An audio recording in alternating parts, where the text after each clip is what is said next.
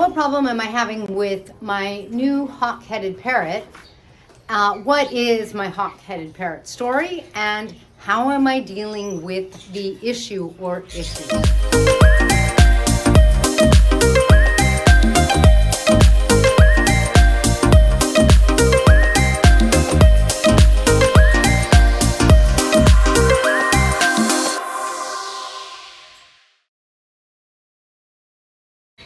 Hi, I'm Kaylin, the author of The Parrot Bliss Bond. Please be sure to get your copy on Amazon. If you are new to my channel, I have 22 species of parrots. I love parrots. Parrots are my bliss, and I love sharing my bliss with you and hopefully inspiring you to grow your bliss with your parrot. Now, this is a hawk-headed parrot. If I was mean, I would get her to open her teft, I think they call it, but she's like a sunflower or like a lion, and she'll open her mane, and it's really pretty. But she does it as a defense kind of thing to look big and bad, so I don't really like to scare her that way when I don't have to.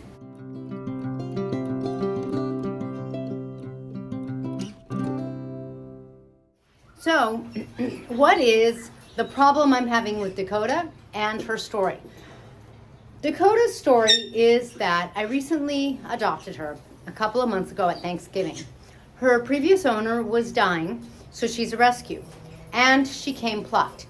You can see that let's see if we can show you, both of her wings have been plucked. If you were to look under her wing, you would see some plucking, and if you look sort of right here on her chest, do you see that? She's got some plucking there,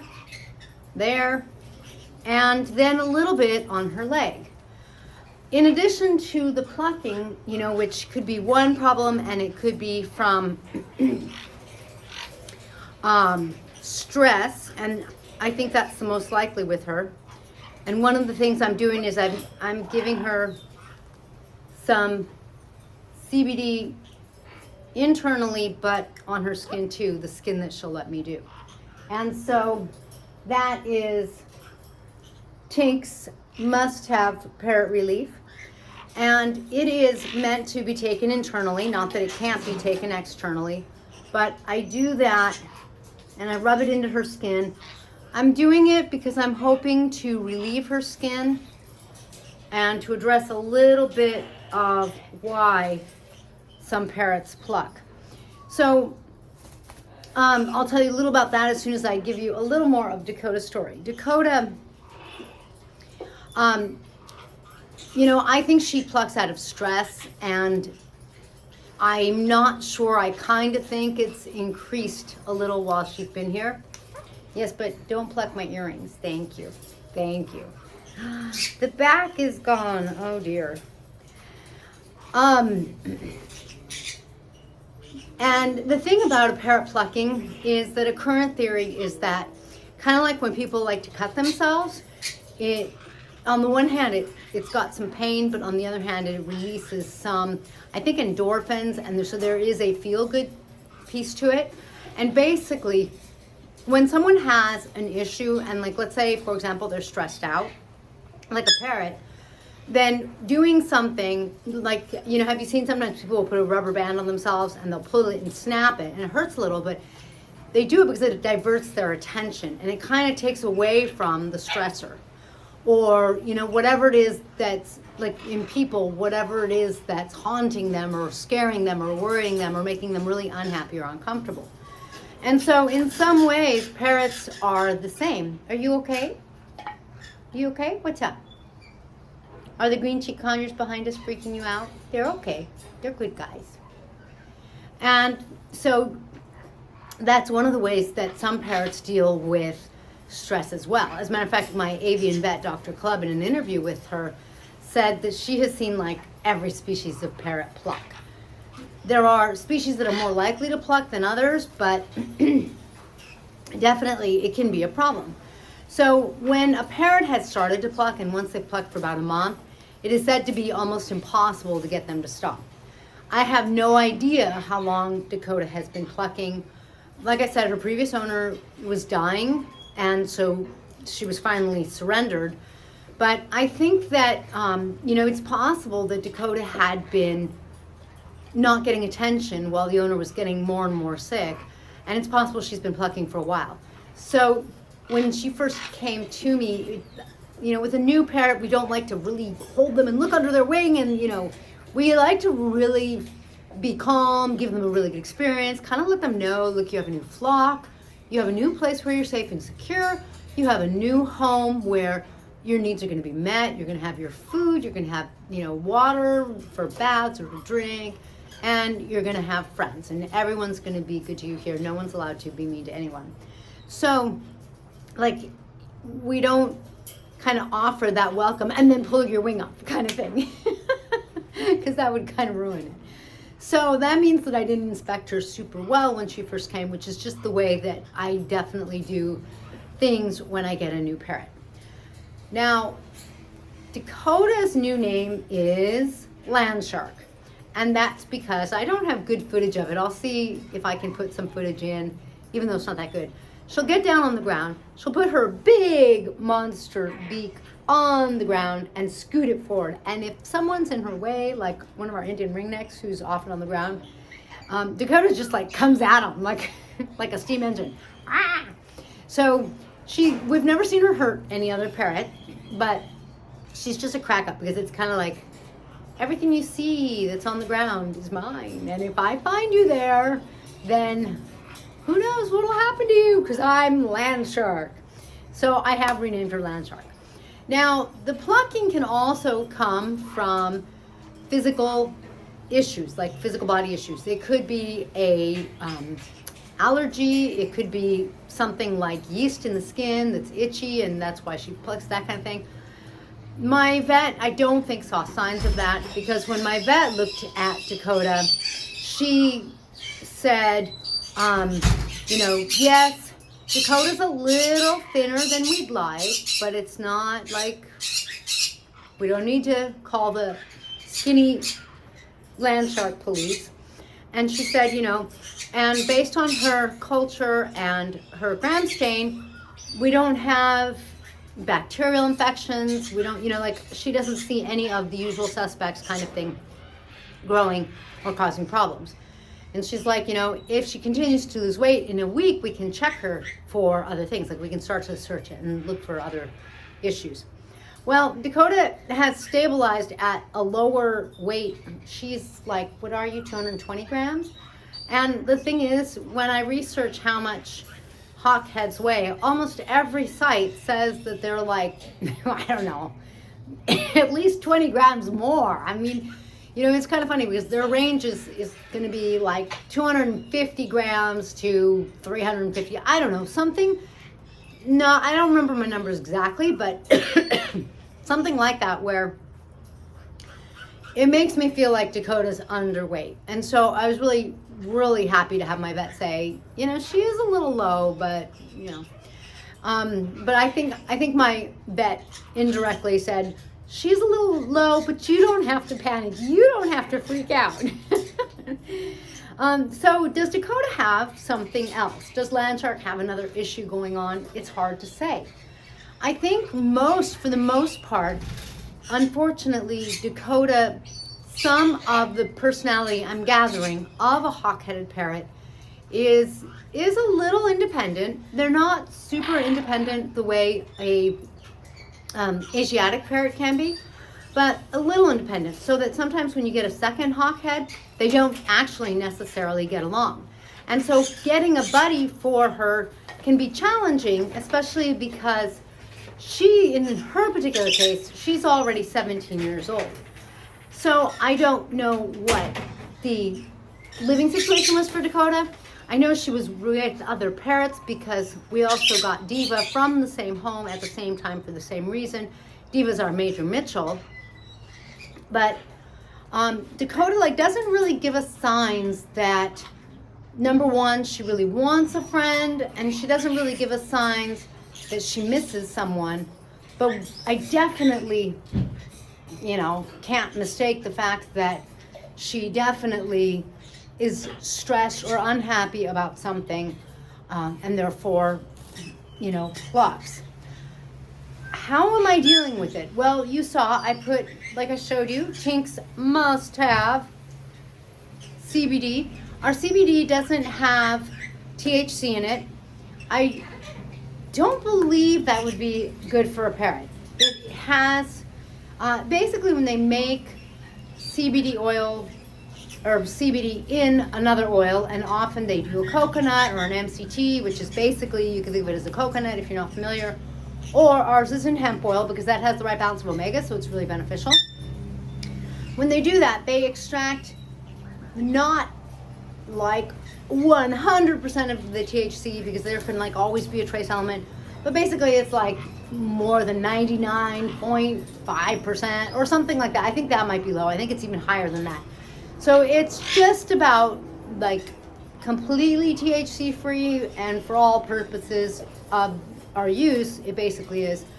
And I say that because someone asked me, you know, what I recommend for their parrot because they're using CBD themselves, but I think they were saying that it had THC. Well, I wouldn't do that for a parrot. You know, those effects aren't known, that kind of thing. For example, Tinks Parrot Relief doesn't, you know, it's basically free of THC. So one of the things I'm doing is I'm giving her some orally, and I put it on the fresh vegetables, which she sometimes mostly ignores. And I'm putting some on her skin.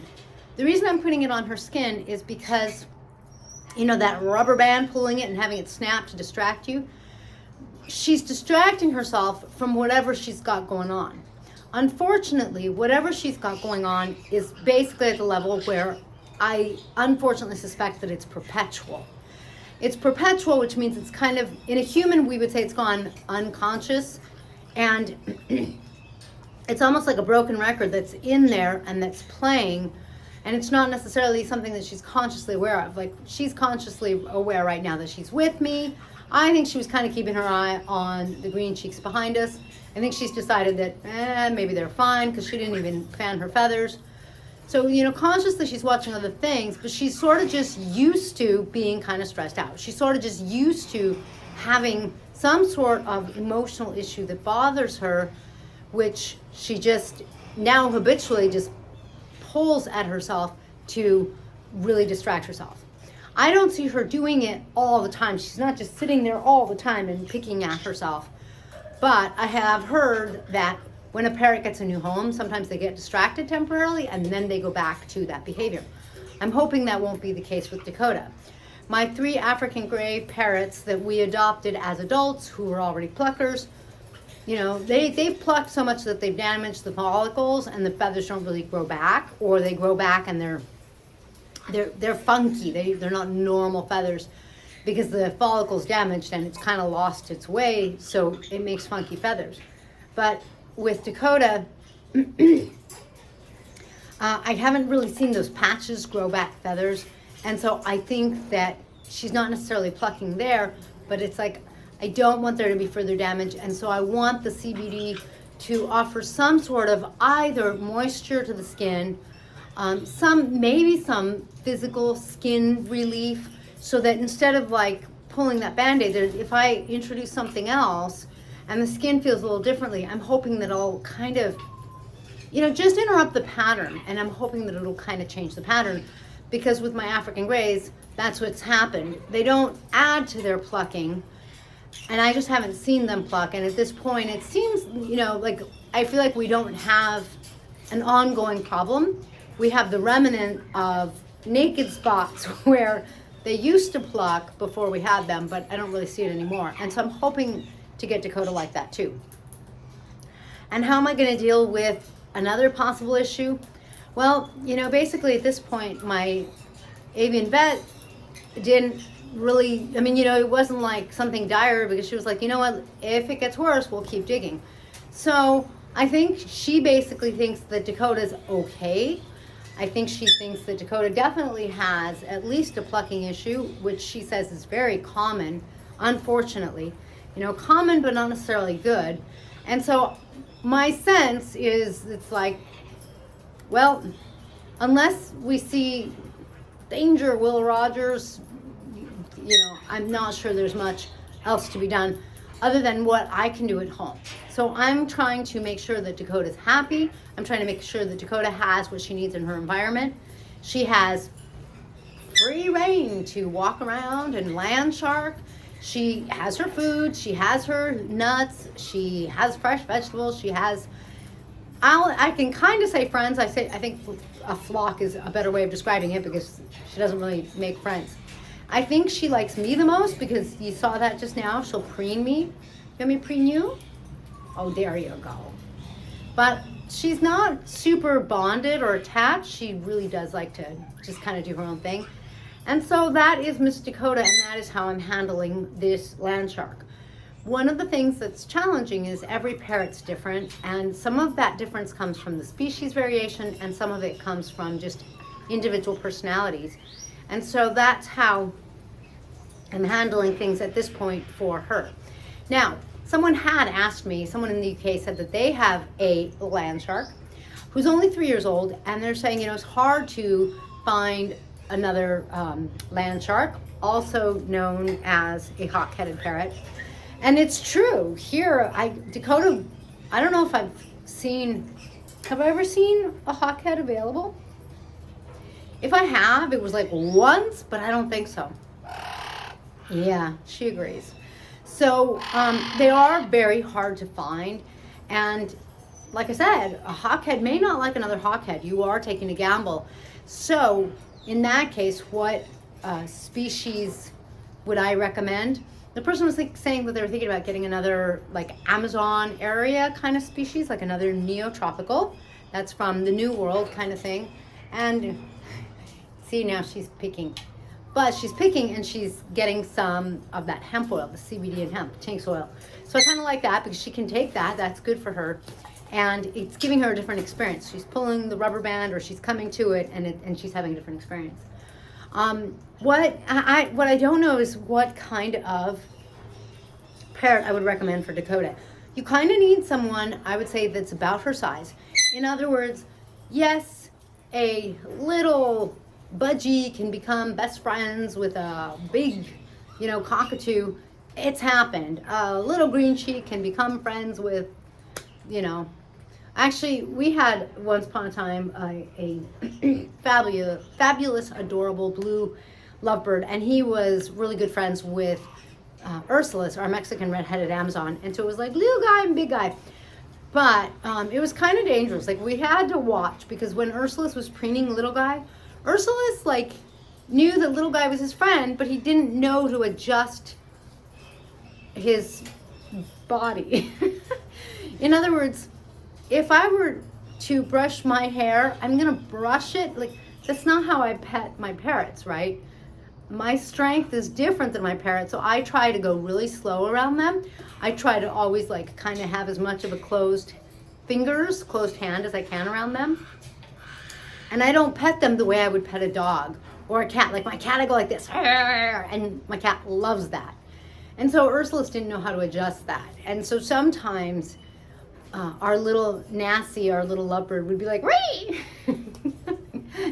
He loved Ursulus, but sometimes it was a little too much. So you can get other sized birds, but I would get a basic size that matches, a little smaller, a little bigger. But for me, Dakota's 225 grams, so I would try to get someone who was in that neighborhood. I don't know how much golden conures, I've been told before, but I don't remember how much they cost abroad. Here in the US, they can be expensive. They're usually like 5, 6, 7,000 nowadays. A golden conure I think would be a great match because they kind of both have big beaks and they are both about the same size. And golden conures are like the ambassadors of friendship. And given that hawkheads seem to sort of be a little the opposite of an ambassador of friendship, I think that might be a good match because the golden conure might be able to bring the hawkhead into friendship. So that's one idea, and golden conures are neotropical. But otherwise, it's kind of hard to say. You do sort of want to match that big beak because parrots do measure each other somewhat by beak, and they do kind of keep their distance from much bigger beaks. And that way you're also sort of matching some of their strength. so that you don't have like my big Amazon trying to preen my little bluebird and being a little too Amazon-like. So I hope that gives you some wonderful ideas if you have a Hawkhead and you're looking for a buddy, or if you have any kind of parrot and you're looking for a buddy for your parrot. Generally speaking, the same kind of species that they're going to bond with and they're going to recognize and they're going to be the most familiar with and really, again, bond with the most. But it doesn't mean that they can't make friends with other species. We definitely have that happen as well. It's not the same. Generally, when they're the same species, they really come together though. And there's my update for Dakota and for how I'm handling a new to me parrot who we adopted, who we rescued, and who has some issues. And we definitely have a couple of those. And I consider myself blessed to be able to find some bliss with them and hopefully bring some bliss into their lives. Thank you so much for watching Land Shark and I. We will catch you in the next feathered video. Please be sure to subscribe, set your preferences so that YouTube lets you know the next time we have a video. Or if you are used to hanging out with us and you feeling like you hadn't seen Dakota in a little while, she's wishing you all blessings for a wonderful, blissful day. Catch you next time.